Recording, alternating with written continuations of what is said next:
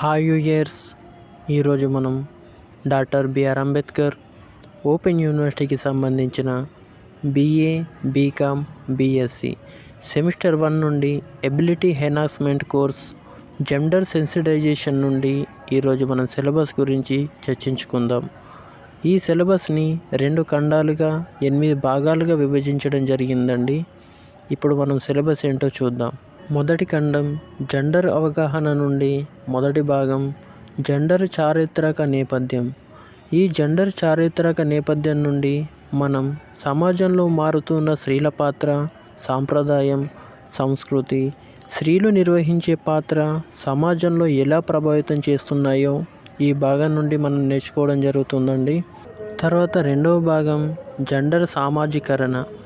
Gender సామాజీకరణ నుండి మనం gender పాత్రల గురించి మరియు కుటుంబం, విద్యా వ్యవస్థ ప్రభావం గురించి చర్చించుకోవడం జరుగుతుందండి.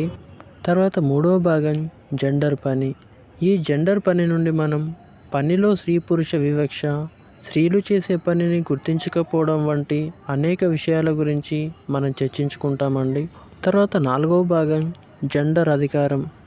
మనం ఈ జెండర్ అధికారం నుండి అధికారం విషయంలో స్త్రీ పురుషులకు సమానత్వం గురించి, విద్య, ఆర్థిక రంగాలలో అసమానతల గురించి, అలాగే అధికార సంబంధాలు, ఓటు హక్కుకై స్త్రీలు జరిపిన పోరాటాల గురించి, అలాగే రాజకీయాలలో స్త్రీల భాగస్వామ్యం వంటి విషయాల గురించి మనం తెలుసుకుంటామండి. తర్వాత రెండవ ఖండం జెండర్ సమానత్వం నుండి 5వ భాగం జెండర్ ఆధారిత హింస.